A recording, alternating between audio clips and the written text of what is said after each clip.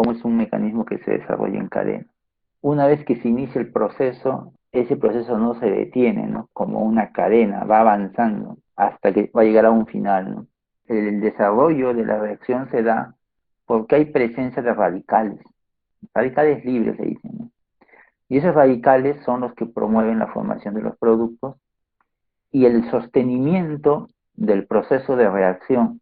Estos procesos en cadena se desarrollan en tres etapas. La primera etapa se le llama iniciación, luego hay una segunda etapa que es de propagación y una tercera etapa que es la de terminación. Y usted se fija aquí en esta reacción en donde el hidrógeno reacciona con el bromo para formar bromuro de hidrógeno, fase gas.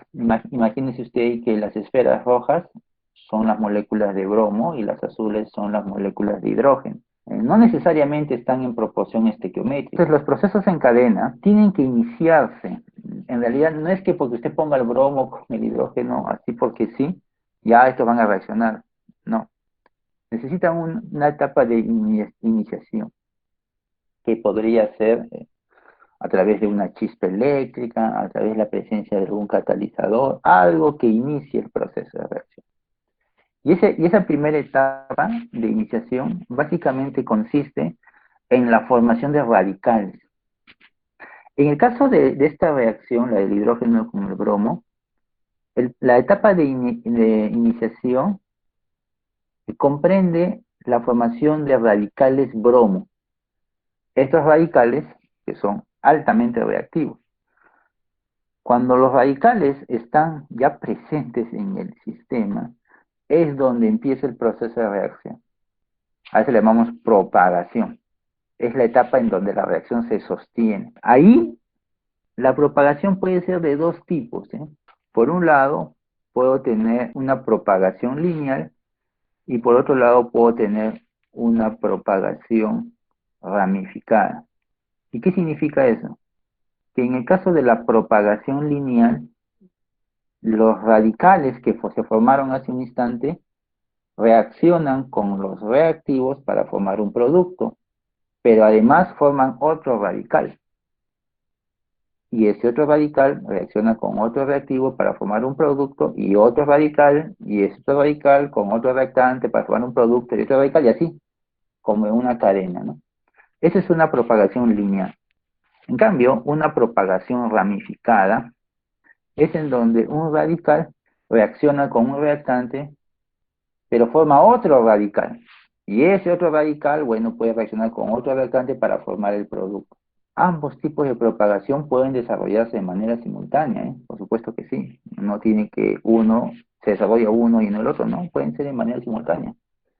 Por ejemplo, en el caso de esta reacción, la etapa de propagación consiste en esto, que el radical bromo que se ha formado, pues interactúa con la molécula de hidrógeno para formar aquel producto y otro radical, mire. Eso sería algo así como esto, ¿no?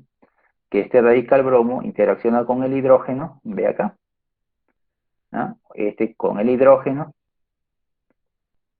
acá con el hidrógeno, y luego ellos se descomponen y se forma un radical hidrógeno, y acá se formó el bromuro de hidrógeno. Acá también, ¿ves? Se liberó el radical hidrógeno y tenemos ya los primeros moléculas de producto.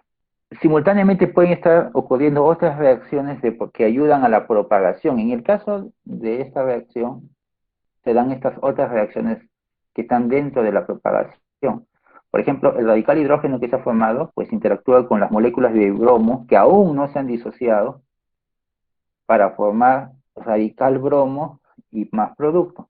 Evidentemente, este radical bromo va a reaccionar con otras moléculas de hidrógeno para formar más producto y más radicales hidrógeno y radicales hidrógeno con más bromo y así se va desarrollando la cadena. O incluso los radicales hidrógeno podrían ya reaccionar con los productos que se han formado para generar hidrógeno y radicales bromo. Es como un retroceso, ¿no? Por supuesto que estos, cada uno se va a desarrollar a velocidades diferentes, pero se pueden desarrollar de manera simultánea. Estos hidrógenos podrían unirse a moléculas bromo, unirse a moléculas de bromuro que ya se formaron inclusive. Y podríamos tener aquí la restitución de moléculas de hidrógeno, donde ese radical bromo puede atacar a otra molécula de hidrógeno, se forma producto, aquí el bromuro ataca a otra molécula de hidrógeno y se produce el caos. Bueno, todo el mundo empieza a atacarse con todo el mundo. Todos interactúan, se liberan, reaccionan por la formación de los radicales, ¿no?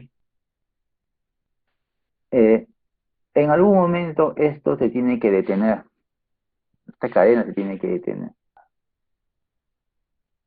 Bueno, sigue reaccionando. Estos siguen reaccionando.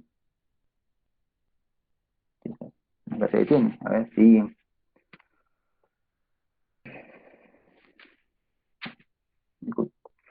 Y hasta que finalmente se llega a una etapa en donde esto tiene que terminar.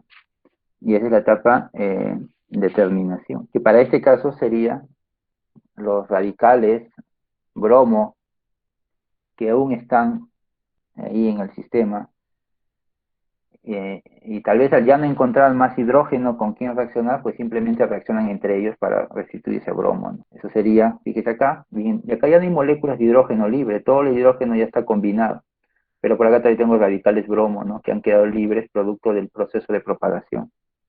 Entonces seguramente estos en algún momento van a interactuar y de tal manera que van a formar, pues, bromo.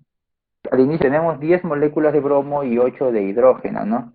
Entonces el bromo estaba en exceso. Pero eso, el hecho de que haya dos moléculas de más no significa que esas dos moléculas de más en ningún momento van a participar de la reacción y solamente 8 van a participar de la reacción. No, todas han participado, pero al final quedaron dos. Pero no significa que esto eran las dos moléculas a lo que estaban al inicio. No. Esto es el producto también de las reacciones. Esto que vemos acá no es otra cosa más que un resumen de todo esto, de todo un mecanismo de reacción. Y cada una de estas etapas tienen diferentes velocidades, no se desarrollan a la misma velocidad. Acá hay otro ejemplo. Por un lado, el ozono se convierte en oxígeno y aquí el hidrógeno más el oxígeno forman el agua, ¿no? Son reacciones bastante conocidas. Usted sabe que el ozono se convierte en oxígeno, el producto de los gases contaminantes, bueno, pero esos gases contaminantes deben tener una característica, los opuestos que contienen cloro, ¿no? ¿Y dónde está acá el cloro? Yo no veo el cloro, yo acá veo ozono y oxígeno nada más. Es que este es un resumen, pues. Pero no quiere decir que no esté presente, por supuesto que sí. Si usted agrega cloro, por ejemplo, entonces ya cloro molecular, ya ni siquiera un compuesto clorado, ¿no? Y empieza a producirse la formación de radicales, la etapa de iniciación. En el caso de la reacción de la generación de agua, la etapa de iniciación, mire, está formada por dos etapas, en realidad por dos reacciones. La iniciación no tiene por qué ser solamente una reacción, podrían ser dos. En este caso el hidrógeno forma radicales hidrógeno y el oxígeno radicales oxígeno. Luego viene la propagación. En el caso de esta reacción, pues la propagación está dada por la reacción de estos radicales clorados con el ozono, ¿no? Que lo van convirtiendo en oxígeno molecular. Y los radicales empiezan a reaccionar con, en este caso, el radical de hidrógeno con el oxígeno, el radical de oxígeno con el hidrógeno, y forman otros radicales inclusive. ¿Ve? Pero acá hay una propagación ramificada, mira, porque no estoy formando producto, estoy formando otros radicales. ¿Ve? Otros radicales. Acá recién se forma el producto. Esta es una propagación, si quiere, lineal, ¿no?